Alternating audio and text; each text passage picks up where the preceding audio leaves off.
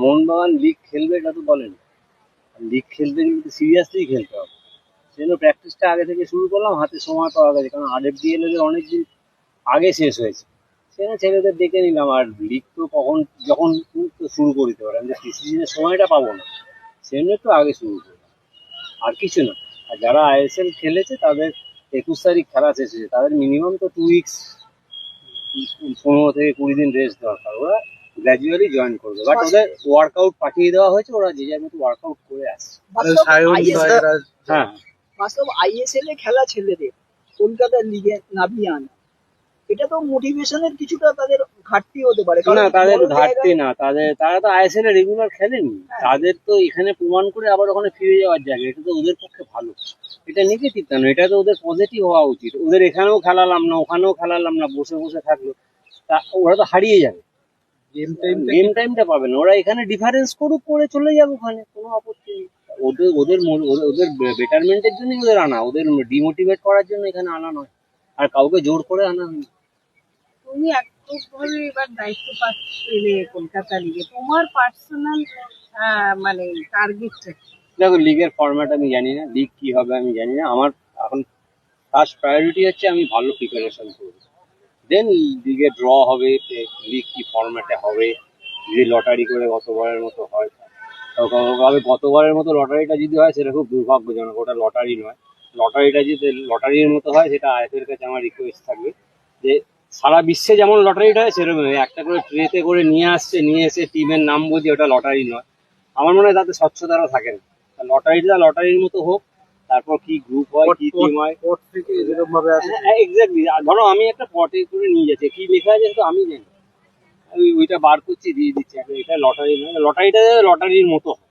এটা আমার IFL এর কাছে রিকোয়েস্ট, এটা তোমাদের মাধ্যমে আমি বললাম।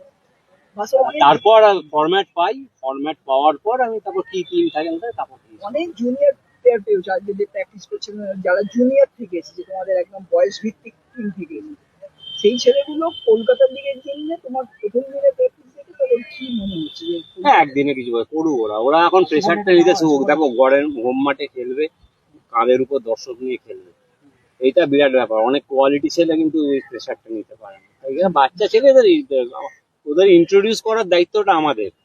আমি ওকে সাগরে ফেলে দিচ্ছি না, আমি ওকে পুকুরে ফেলে দিচ্ছি, আমার উপর ডিপেন্ড করছে ওদের পারফরমেন্সটা কি হবে। আমাকে সেরম ভাবে বুঝে শুনে ওদের ইন্ট্রোডিউস করতে, ওদের প্রথমেই আমি ফেলে দিলে ওরা সেটা নিতে পারবে না। অনেক বড় বড় প্লেয়ারই নিতে পারেন, অনেক ভালো প্লেয়ার, তুমি অনেকদিন আসো দেখেছো, অনেক ভালো প্লেয়ারই এখান থেকে হারিয়ে যায়। সেক্ষেত্রে জুনিয়র প্লেয়ারদের গার্ড করার দায়িত্বটা আমাদের। কলকাতা লিগ যখন শুরু হবে তার খুব বেশি দূরেই কিন্তু নয় ডুরান্ড, সেটাও মাথায় রাখা। মানে আমি ওটা নিয়ে ভাবছি না, ডুরান্ডের যিনি আসবেন তিনি ভাববেন। আচ্ছা, বলছি যে মানে তোমার কোচ হিসেবে প্লেয়ার তৈরি করে সিনিয়র টিমকে লিড করাটা টার্গেট নাকি ট্রফিটা টার্গেট? আমার দুটোই থাকে। 2018 পর কলকাতা লিগ জিতে নিয়ে সেই 7-8 বছর পর এটা একটা প্রেশার থাকবে, ক্লাস ওয়ানে খেলা হচ্ছে, তো এইটাকে কিভাবে হ্যান্ডেল করতে চাইছেন এই জুনিয়র ছেলেগুলোকে? কিচ্ছু প্রেশার না, ওরা ওদের মতো খেলবে, ওরা ওদের প্রিসিজনটা ভালো করে করুক, তারপর লিগ স্টার্ট হোক, তারপর গ্র্যাজুয়ালি ম্যাচ বাই ম্যাচ যাবো। কারণ লিগের ফরম্যাট আমি জানি না, আমি কিভাবে বলবো আমি এখন চ্যাম্পিয়ন, আমি তো ফরম্যাট জানি না। সিঙ্গেল লিগ হবে না ডবল লিগ হবে না, দুটো গ্রুপে হবে, পুরো ব্যাপারটা পিকচার ক্লিয়ার না হলে আমি যাবো ম্যাচ বাই ম্যাচ। তবে ফার্স্ট টার্গেট আমার প্রিসিজনটা ভালোভাবে তৈরি করা। বাস্তবটা জুনিয়র ছেলেদের সাথে বেশি সিনিয়র ছেলেদের নেওয়া যায়, তন্ময়ের মতো অভিজ্ঞতা রয়েছে। এবার দলটাকে কেমন দেখছো? একদিনে কি করবো, সব পুরো টিমটা আসুক, মোটামুটি লিগে 2-3টে ম্যাচ যাক, তারপর তোমাকে। এই সিনিয়র ছেলেরা যেগুলো সিনিয়র সেগুলো কবে জয়েন করতে পারে? ওরা 10 তারিখ থেকে গ্র্যাজুয়েটলি আসে, 10 থেকে 15টার মধ্যে এসে যাবে। আর দু একজনের পরীক্ষা আছে, ওরা হয়তো 17-18 আসছে, তারপর ক্লোজ।